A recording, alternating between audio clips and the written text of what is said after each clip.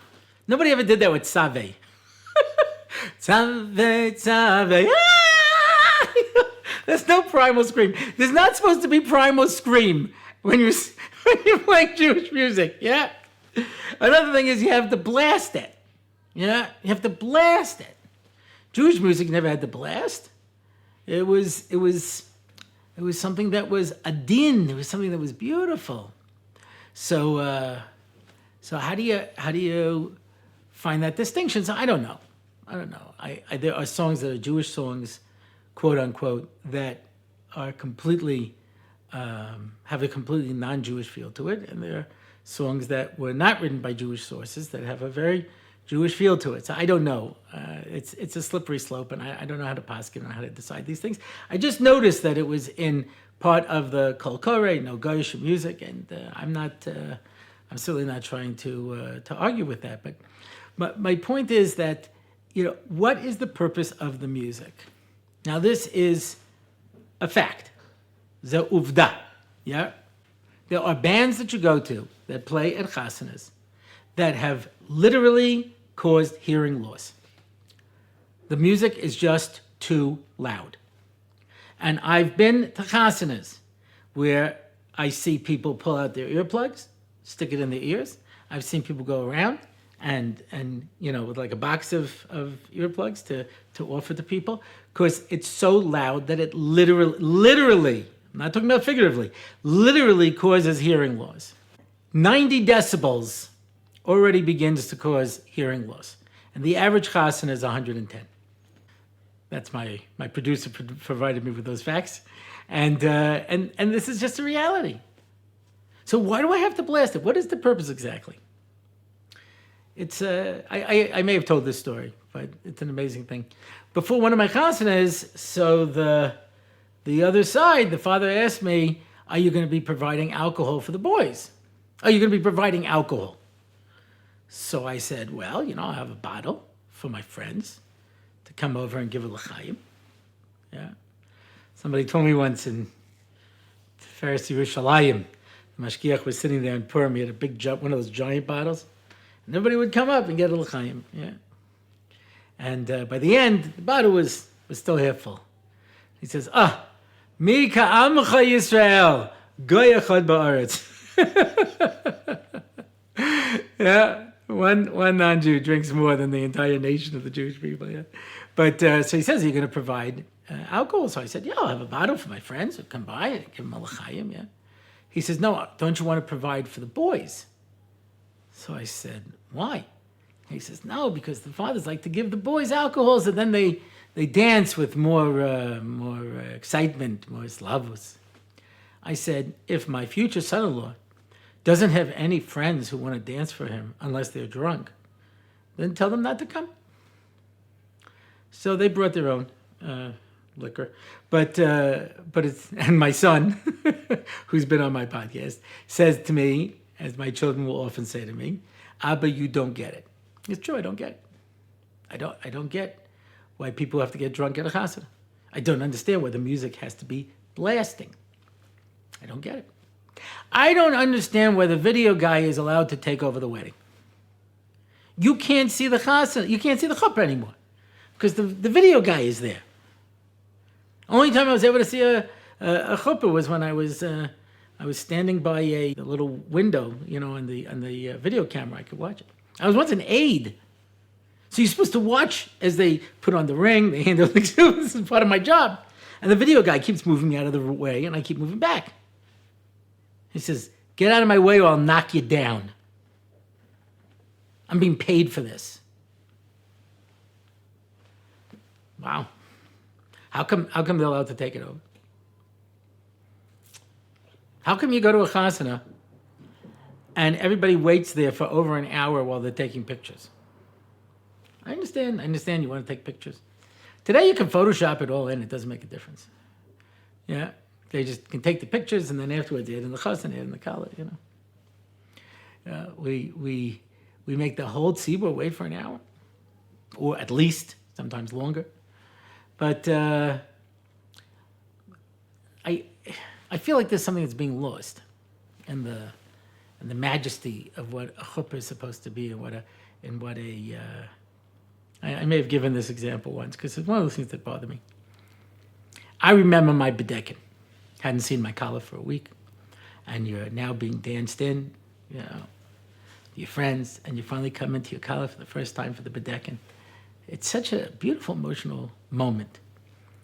And I see people have to do shtick. They bring a rose, they do a little dance, they do a little something, because the moment isn't enough anymore. And we have to create something in order to give it meaning, because the meaning itself isn't there. What can I tell you? I mean, and I've seen chasanas where, okay, they bring the kala, sit down next to the chasan, and the men dance. But I've seen men go onto the kala side. That strikes me as somewhat inappropriate. Yeah. And again, I'm not trying to impose any religious standards. This podcast is a value-free zone. You can believe whatever you want. I'm just saying that think to yourself for a moment what the message is that you're trying to give across. My chasana was the first yeshivish chasana in my family, and my father was not an emotional man.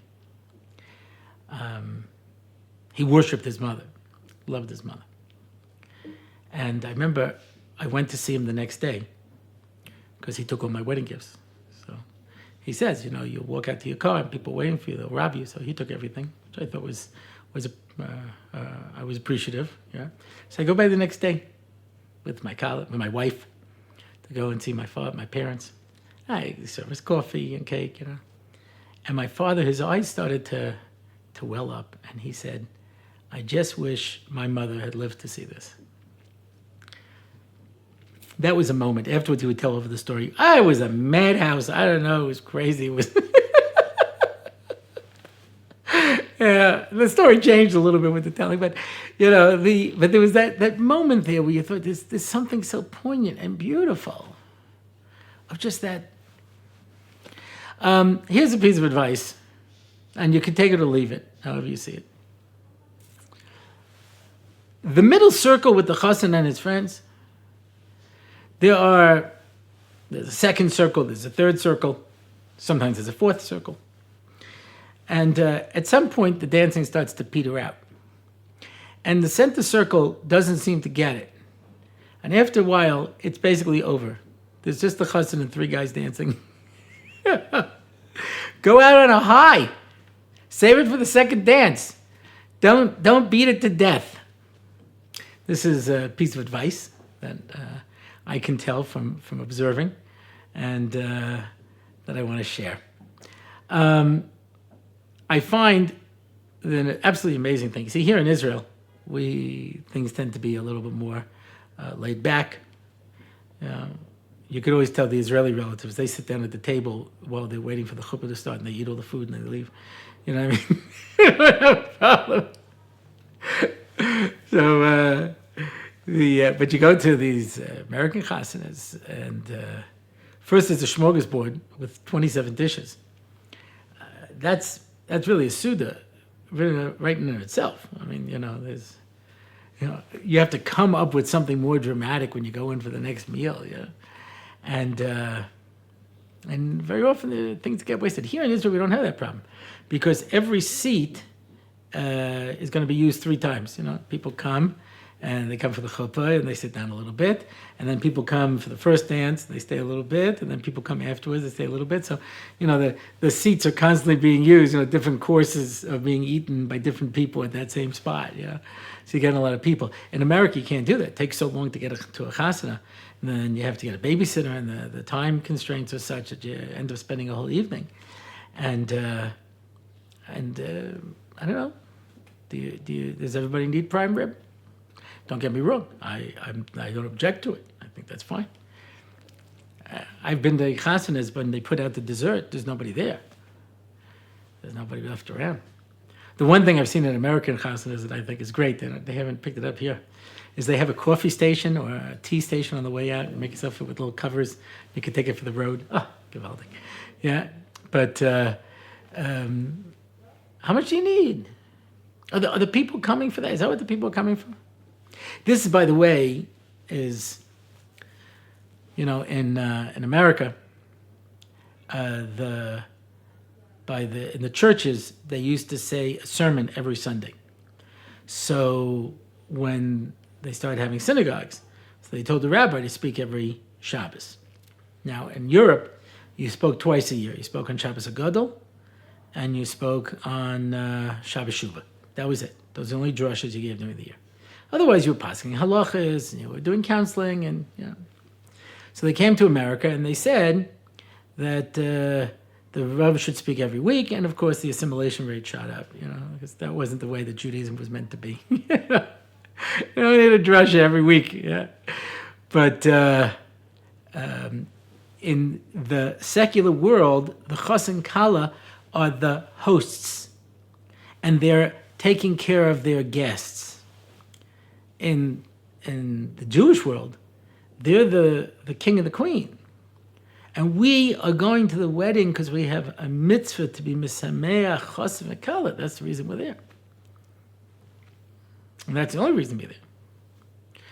Shlomo Zalman Auerbach, of course, had a lot of weddings to go to. And he saw this bacher in the yeshiva who was every night at a chasana, instead of being at night seder.